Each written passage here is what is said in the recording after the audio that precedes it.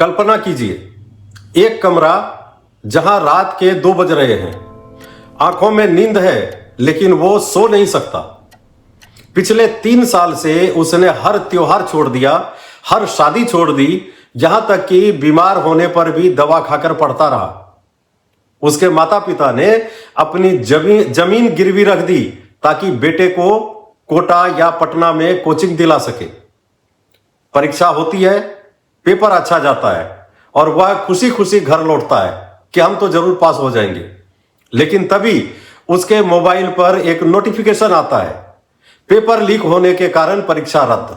दोस्तों, यह सिर्फ एक परीक्षा रद्द नहीं हुई है, यह उस छात्र की मेहनत, उसके बूढ़े मां बाप के खून पसीने की कमाई और उसके डॉक्टरों की सफेद कोट पहनने के सपने की हत्या हुई है।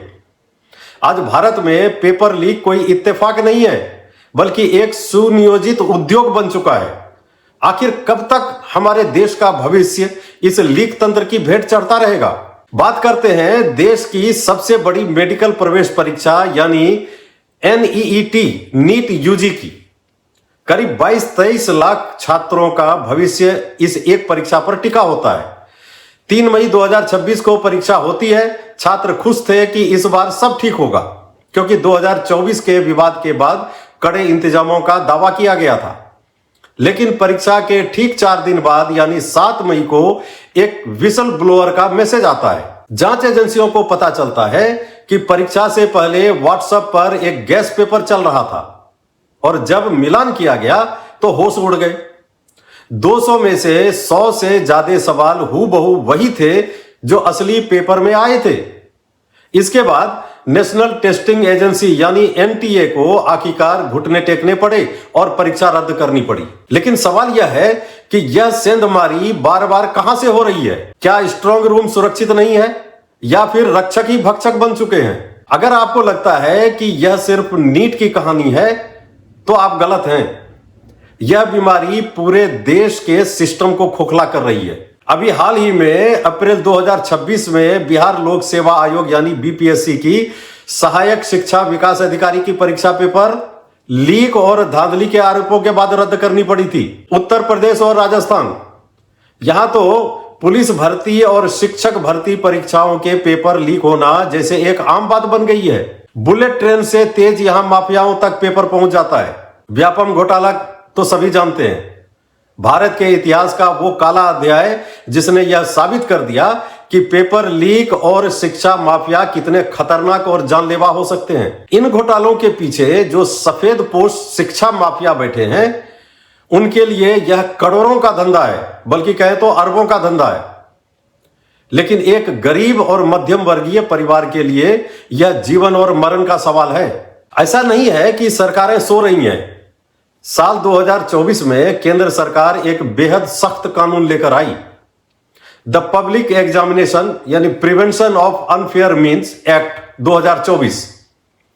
आइए जानते हैं कि इस कानून की ढाल कितनी मजबूत है अगर सही तरीके से लागू हो तो, जिसके तहत कड़ी से कड़ी सजा का प्रावधान है।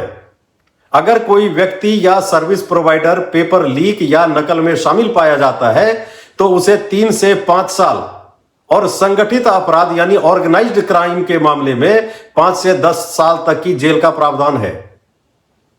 भारी जुर्माना भी हो सकता है। ऐसे माफियाओं पर 1 करोड़ रुपए तक का न्यूनतम जुर्माना लगाया जा सकता है। न्यूनतम मतलब न्यूनतम, उससे ज्यादा भी हो सकता है। परीक्षा आयोजित करने वाली जो भी संस्था या कोचिंग सेंटर इसमें संलिप्त होगी, उसकी संपत्ति तक कुर्क की जा सकती है। हाँ, अच्छी बात यह है कि यह कानून उन मासूम उम्मीदवारों को निशाना नहीं बनाता जो इस जाल में फंसे हैं, बल्कि यह चाबुक उन माफियाओं पर चलता है जो पेपर बेचते हैं, जो पेपर लीक करते हैं।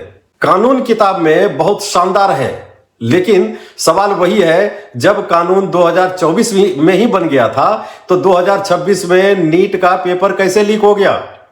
साफ है कि सिर्फ कानून कागजों पर होने से काम नहीं चलेगा, जब तक कि उसका जमीन पर कड़ाई से पालन ना हो और अपराधियों को त्वरित कार्रवाई करके और कठोर सजा ना मिले। लोगों में कानून का भय होना ही चाहिए। तो फिर रास्ता क्या है? कैसे हम अपने देश के युवाओं के भविष्य को सुरक्षित कर सकते हैं? इसके लिए हमें सिस्टम की सर्जरी करनी पड़ेगी, जैसे ऑफलाइन पेपर छपवाने, उन्हें ट्रंकों में भरकर ले जाने और बैंकों के स्ट्रांग रूम में रखने की पारंपरिक व्यवस्था में इंसानी दखल बहुत ज्यादा है, जिसे बदलने की जरूरत है। अब समय आ गया है कि बड़ी परीक्षाओं को पूरी तरह से कंप्यूटर बेस्ड टेस्ट यानी सीबीटी में बदला जाए, जहां पेपर परीक्षा शुरू होने के ठीक 15 मिनट पहले सीधे सर्वर से इनक्रिप्टेड रूप में कंप्यूटर पर आए। प्रश्न पत्रों के वितरण के लिए ब्लॉकचेन तकनीक का इस्तेमाल होना चाहिए, जिससे पेपर में जरा सी भी छेड़छाड़ होने पर तुरंत अलार्म बज जाए। परीक्षा केंद्रों पर आर्टिफिशियल इंटेलिजेंस की मदद से कड़ा पहरा होना चाहिए।